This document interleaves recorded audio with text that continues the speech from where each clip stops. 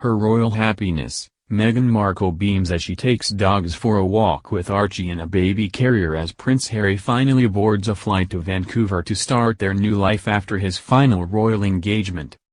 After days cooped up inside her $14 million loaner mansion, Meghan Markle took son Archie for a walk in the woods Monday morning, as Prince Harry prepared to make his way to Canada. The soon-to-be ex-royal bundled up in layers for a stroll in Horth Hill Regional Park, just a couple of miles from the oceanfront home where she has spent most of the past 2 months, Ontario, Canada's Vancouver Island.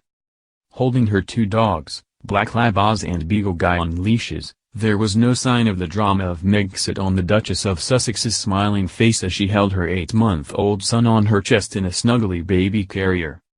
Prince Harry jetted out to Canada to be with Meghan and Archie but missed his brother William's first solo reception at Buckingham Palace, where he ushered in a new era for the royals. It is another stepping stone for William in the long preparation for him becoming king and showcased the royal family's new order post-Harry, with the Duke of Cambridge supported by his wife Kate, Prince Edward, his wife Sophie, Countess of Wessex, and Princess Anne as they welcomed 21 African delegations to the Queen's London home. The Queen and Prince Charles were not in attendance at the reception to mark the UK-Africa Investment Summit, and Prince Harry was understood to be in the air this evening and on his way to Vancouver, in order not to overshadow his brother's big night. Harry was no doubt excited to be reunited with Archie and Meghan, who he has not seen for almost 2 weeks. Earlier in the day, Harry held private bilateral meetings with Moroccan PM Saad Eddin El Othmani, Peter Mutharika, President of Malawi, and Philip Nyusi, President of Mozambique, at the request of the government.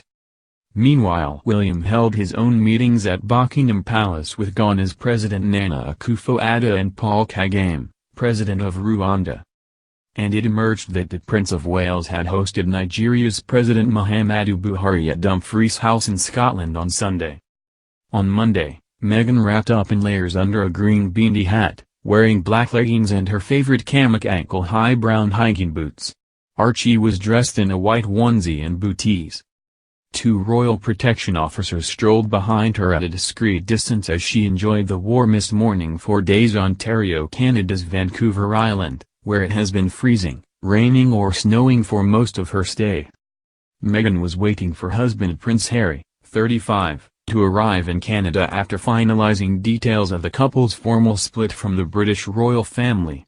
With Vancouver 8 hours behind London, Harry was expected within the day.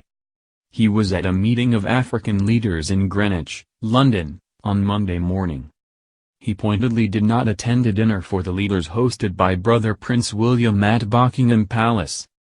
Today, Harry was at the UK-Africa Investment Summit in Greenwich for a number of private meetings with heads of state in one of his final events as a senior royal this morning.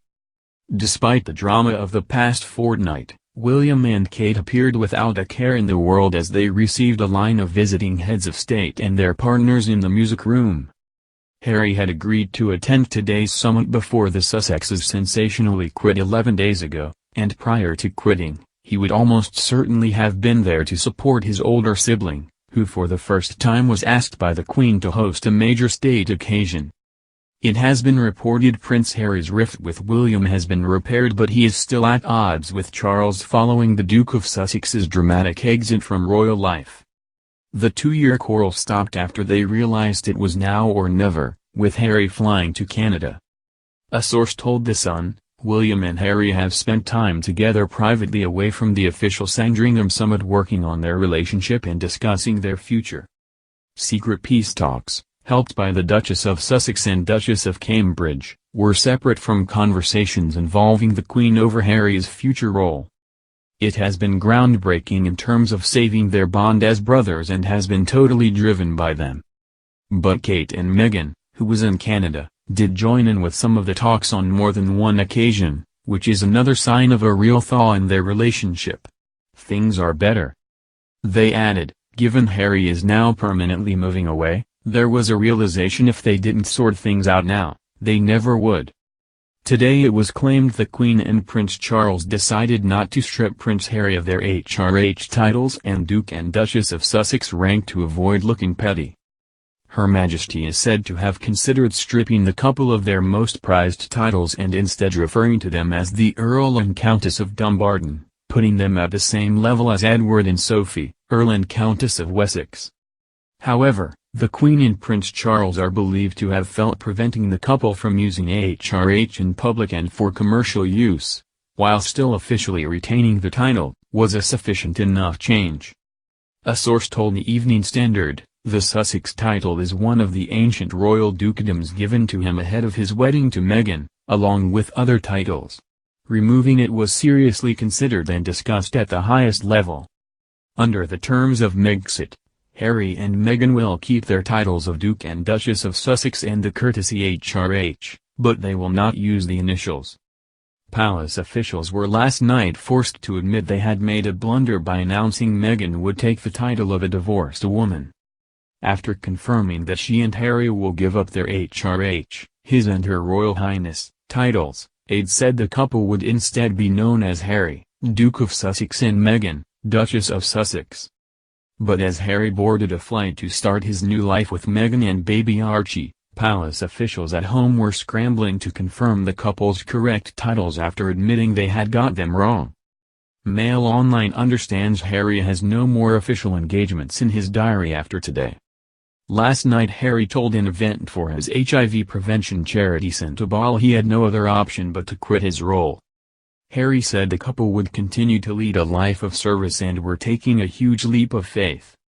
He added, "I will continue to be the same man who holds his country dear and dedicates his life to supporting the causes, charities and military communities that are so important to me. Together you have given me an education about living and this role has taught me more about what is right and just than I could ever have imagined. We are taking a leap of faith, so thank you for giving me the courage to take this next step." In an adorable moment, Harry also revealed his son Archie, who is in Canada with Meghan, recently saw snow for the first time. He told the audience, "It has been our privilege to serve you, and we will continue to lead a life of service. So in that respect, nothing changes. It has also been a privilege to meet so many of you and to feel your excitement for our son Archie, who saw snow for the first time the other day and thought it was bloody brilliant. I will always have the utmost respect for my grandmother, my commander-in-chief, and I am incredibly grateful to her and the rest of my family for the support they have shown Meghan and I over the last few months." It is not known when Harry will return to the UK, but a Sussex source told Mail Online there is more to come in Britain for the prince before the spring.